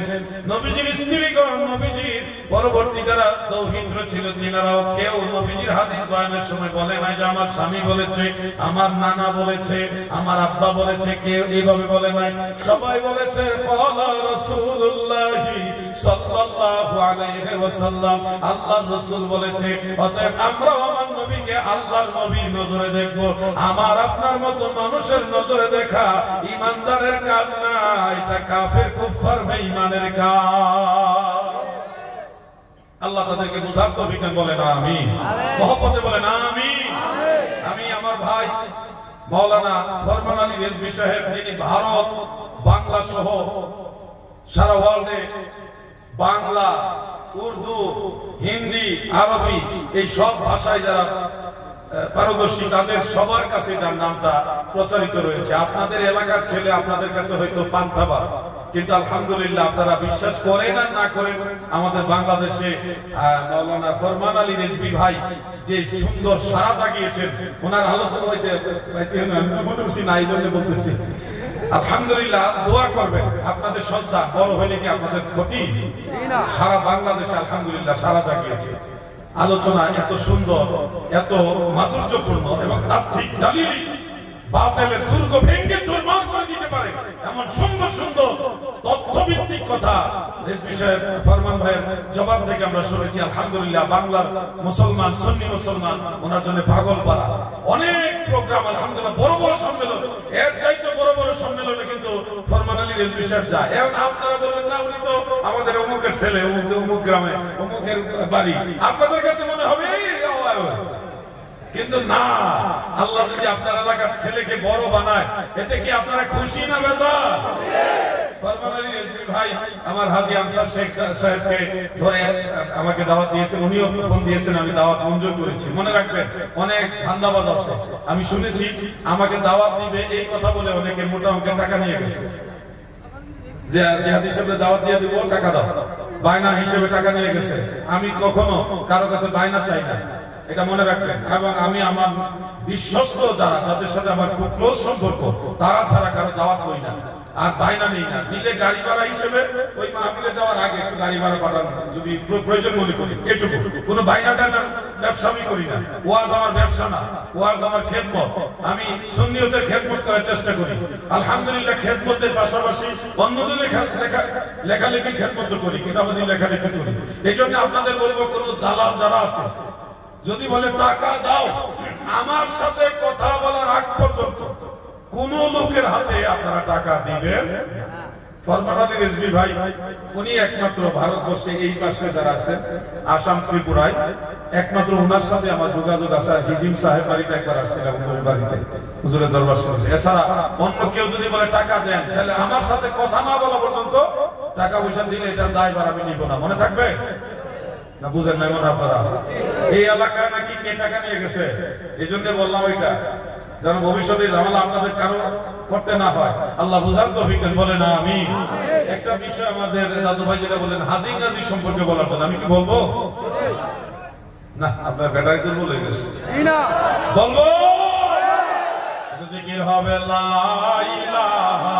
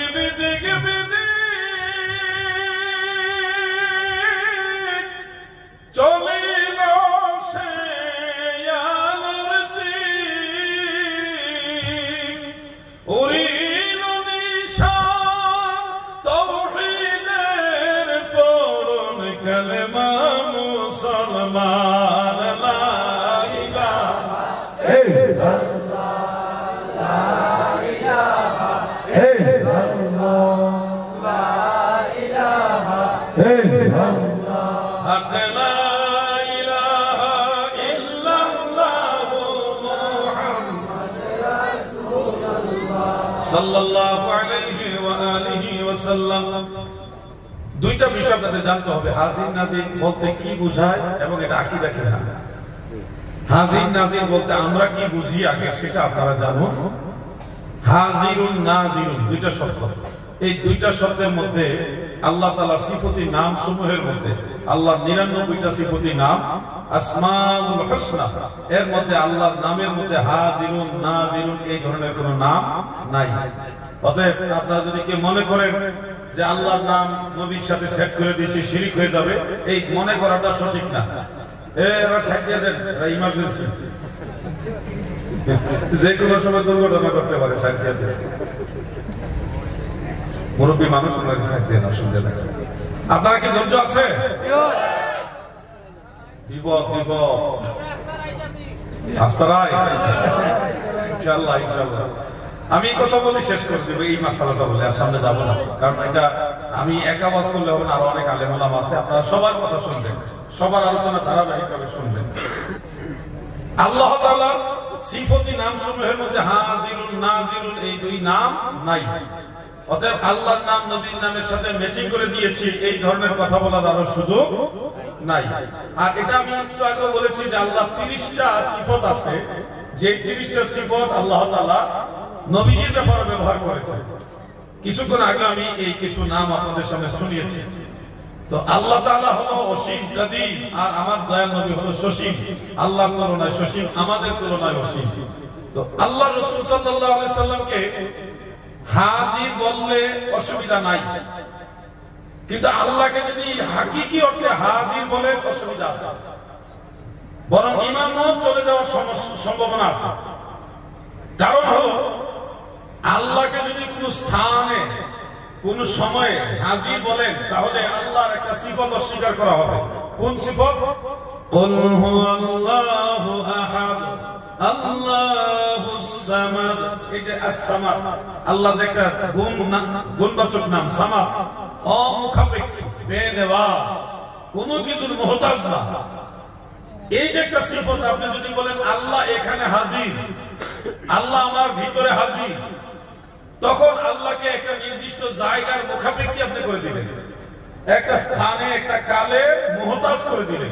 কিন্তু আল্লাহ তাআলা কোন স্থান কাল পাত্রের মুহতাজ না, মুখাপেক্ষী না, তিনি অমুখাপেক্ষী, যেটাকে সূরা ইখলাসে বলা হয়েছে আল্লাহুস সামাদ, অমুখাপেক্ষী আমার আল্লাহ তাআলা। কথা কি বুঝতেছেন আপনারা? আল্লাহ তাআলাকে কোন স্থান কাল পাত্রের দিকে মুখাপেক্ষী করা যাবে না। আল্লাহ আমার কাছে হাজির, আল্লাহ ওইখানে হাজির, এইখানে হাজির বলা যাবে না, বরং বলতে হবে সব কিছু আল্লাহর দরবারে হাজির। আল্লাহ আমার কাছে হাজির এইভাবে বলতে পারবেন না, বলতে পারবেন যে আমরা সবাই আল্লাহর দরবারে হাজির। বুঝতেছেন আপনারা? আমাদের সিলেটের ভাষা আপনাদের ভাষা সেম সেম। বন্ধুরা আমার, অপোজিটে সম্ভবত মৌলভীবাজার জেলা, সিলেট বিভাগের মৌলভীবাজার জেলা, আমাদের বাংলাদেশের বর্ডারের পরে, এই জন্য আপনাদের ভাষাটা ম্যাচিং আছে। জিয়া, আমি জিজ্ঞাসা করি সিলেট যায় যে ঠিক কিনা, ঠিক। তো এটা হলো যার যার মাতৃভাষা, সব মায়ের ভাষাই সবচেয়ে দামি ভাষা। তো যাই হোক, আমি যেটা বলতে চাচ্ছি, আল্লাহকে কোন স্থান কালের মুখাপেক্ষী করা যাবে না। আল্লাহকে হাজির যদি হাকিকি অর্থে বলে, তাহলে এটা আহলে সুন্নাত ওয়াল জামাতের আকীদার বাইরে হবে। ওয়াকালাতিল কাদারিয়্যা ওয়াল মুতাজিলা আন্না আল্লাহ তাআলা ফি কুল্লি মাকান। শারহু ফিকহিল আকবরের মধ্যে ইমাম মাতুরিদি রাহমাতুল্লাহ আলাইহি যেটা ওটার মধ্যে উল্লেখ রয়েছে, ভ্রান্ত আকীদার দল যারা কাদারিয়া এবং মুতাজিলা, তারা বলে থাকে সব জায়গায় আল্লাহ তাআলা হাজির, সব জায়গায় আল্লাহ হাজির। কিন্তু আহলে সুন্নাত ওয়াল জামাত বলে ইন্নাহু বিকুল্লি শাইইন মুহীত, সব কিছুকে আল্লাহ তাআলা কুদরত, সামাত, বাসারাত, মানে আল্লাহ সিফাত দ্বারা বেষ্টন করে রেখেছেন। আল্লাহ সব কিছুকে বেষ্টন করে রেখেছেন তার কুদরত দ্বারা, সিফাত দ্বারা, কিন্তু আল্লাহ কোথাও হাজির হওয়ার প্রয়োজন নাই। আকীদা বুঝতে হবে ভাই আমার। জোসেফ সাহেব বলছেন সুন্নিরা বিদআতি ভণ্ড, তারা নবীকে হাজির নাজির বলে। হাজির নাজির হইল আল্লাহ, নবীকে হাজির নাজির বলা যাবে না। আমি সেই ভাইদেরকে বলবো, তারা যেন আকীদার কিতাবগুলি আর একটু ভালোভাবে পড়ে। আমাদের বাংলাদেশে কিছু ভাইরাস আছে, ওনারা হাজির নাজির মানে না, নিজেদেরকে আবার সুন্নিও দাবি করে, অনেকে হাজির নাজির মানে না। আমি তাদেরকে বলবো, তারা দাবি করে যে হাজির নাজির কথা কোরআনে নাই, হাদিসে নাই, এবং কি আকায়েদের কিতাবেও নাই। তাদের এই দাবির মাধ্যমে প্রমাণ হয় তাদের জাহালত কত নিম্নগামী। আমার দাদু ভাইরা গো, আমার দয়াল নবীজির হাজিরুন নাজিরুন এই সিফতের কথা কোরআনেও আছে, হাদিসেও আছে। আমরা হাজির নাজির বলতে কি বুঝি, এই বিষয়টাকে জেনে নেন। আল্লাহ প্রদত্ত ক্ষমতায় গোটা দুনিয়াটা দয়াল নবীজি হাতের তালু মুবারকের মতোই দেখে, এই হিসাবে নবীজি নাজির। আর নবীজি আল্লাহ প্রদত্ত ক্ষমতায় যেখানে খুশি, যেখানে খুশি, যেই সময় খুশি, ওইখানে হাজির হতে পারেন, জিসমানি ভাবে অথবা রূহানি ভাবে। এই জন্য মুমকিনুল হুজুর হিসেবে আমার দয়াল নবীজিকে আমরা হাজির বলে থাকি। হাজির এবং নাজির এটা নবীর সিফত, কারণ হাজির হওয়া আল্লাহর কাজ নয়। আল্লাহ কোথায় যাওয়াও লাগে না, আসাও লাগে না, সবকিছু সব সময়ের জন্য আমার আল্লাহর দরবারে আছে।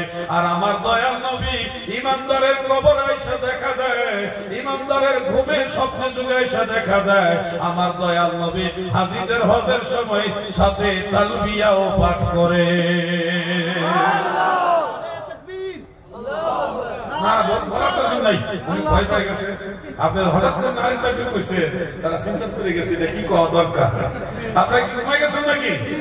নারায়ে তাকবীর। আচ্ছা ওনারটা আমি দিয়ে দিলাম, আরেকটা বাকি রেখে লাভ কি? নারায়ে রিসালাত। আচ্ছা ঠিক আছে, শুনুন, আল্লাহ প্রদত্ত ক্ষমতায় নবীজি যেখানে খুশি ওখানে যেতে পারেন, এটা কি আমাদের শুধু আমাদের আকীদা না সব ইমামদের আকীদা? সমস্ত আলেমরা জানে, সমস্ত ইমামরা বলেছেন ইন্নান নবিয়্য সাল্লাল্লাহু আলাইহি ওয়াসাল্লাম হাইয়্যুন বিজাসাদিহি ওয়া রূহিহি ওয়া আন্নাহু ইয়াতাসাররাফু ইয়াসিরু ওয়া ইয়াসিরু হাইসু শাআ ফি আফকারিহি। সুবহানাল্লাহ। আমার দয়াল নবীজি আল্লাহ প্রদত্ত ক্ষমতায় যেখানে খুশি দুনিয়ার আনাচে কানাচে ওইখানে যেতে পারে। এটা আমার নবীর শান, আল্লাহর দান, নবীর শান। আল্লাহ যেন ওই ভাইদের বোঝার তৌফিক দেন, বলেন আমিন। যারা মনে করেন ইমামে আহলে সুন্নাহ আজিমুল বারাকাত ইমাম আহমদ রেজা খান ফাজিল বেরলভী রাদিয়াল্লাহু আনহু ওয়া নাওয়ারাল্লাহু মারকাদা, উনি ছাড়া কেউ হাজির নাজিরের কথা বলে নাই, তাদেরকে বলবো আপনারা দয়া করে কষ্ট করে মোল্লা আলী কারি হানাফি রহমাতুল্লাহ আলাইহির মেরকাত দেখেন, সেখানে 11 নম্বর খণ্ডের মধ্যে হাজির নাজিরের কথা, হাজিরুন নাজিরুন ফি যালিকাল আরদিল আকবার, একবার হাজিরুন নাজিরের কথা উল্লেখ আছে। শেখ আব্দুল হক মুহাদ্দিস দেহলভী রহমাতুল্লাহ আলাইহির মাজমুল বারাকাতের মধ্যে তিনি হাজিরুন নাজিরুন সিফাত নবীর ব্যাপারে উল্লেখ করেছেন। শাহ আব্দুল আজিজ মুহাদ্দিস দেহলভী রহমাতুল্লাহ আলাইহি ফতোয়া আজিজের মধ্যে হাজির নাজিরের সিফাতের কথা উল্লেখ করেছেন। ইমাম গাজ্জালী নবীজির হাজির নাজিরের সিফাতের কথা ইহয়া উলুমুদ্দিনের মধ্যে উল্লেখ করেছেন।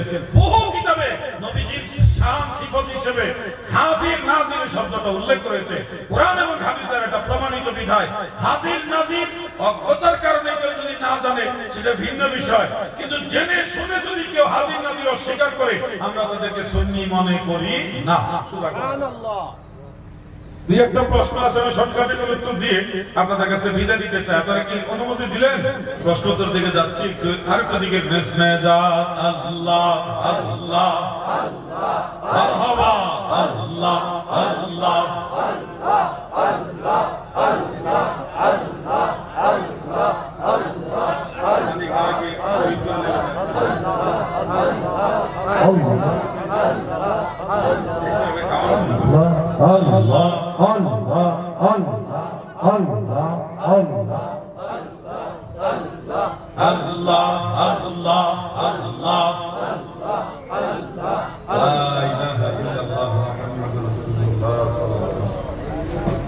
প্রশ্ন হলো, মিলাদের শেষে মুস্তাফা জানের রহমত পেয়ে লাখো সালাম করা অনেকে বলে না জায়েজ, এই সম্পর্কে কিছু বলবেন? যারা এই ধরনের দাবি করেন তাদের দলিল কি, সেই দলিল সম্পর্কে আমাদের জানতে হবে। আর যদি তারাও কথাটা হয় যে নবীর লগে অলিয়কলরে শরীক করতাম, অলিয়কলরে যে আমরা সালাম জানাই নবীর লগে মুস্তাফার লগে, নবীর লগে অলিয়কলকে শরীক করা যাবে না। এই কারণে যুক্তি দেখিয়ে ওনারা বলে থাকেন মুস্তাফা জানের রহমত পেয়ে লাখো সালাম মিলাদে কিয়ামের শেষে করা যাবে না। তো যে কোনো ব্যাপারে একটা যৌক্তিক দলিল দিতে হবে। এই যে নবীর সাথে ওলিদের সালাম দেওয়া, এটা তো নামাজের ভিতরেই আছে।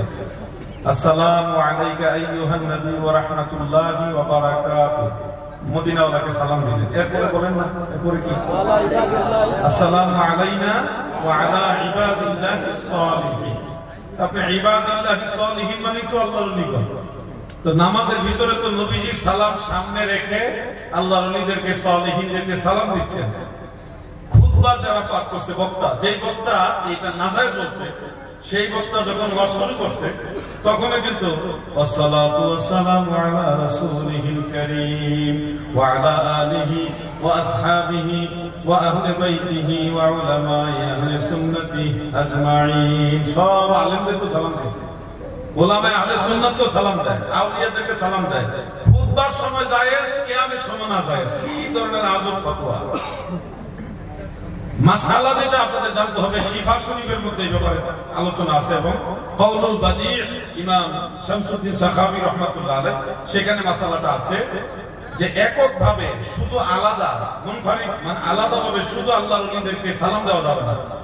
আল্লাহ রাসূল সাল্লাল্লাহু আলাইহি সাল্লামের সালাম সামনে রেখে যদি পরবর্তীতে আল্লাহর ওলিদেরকে মুতলাকান সালাম দেয় সেটাই সুন্নাত, আর যদি মুতলাকান না সরাসরি নাম মেনশন করে সালাম দেয় তাহলে এটা মুস্তাহসান, এটা জায়েজ আছে।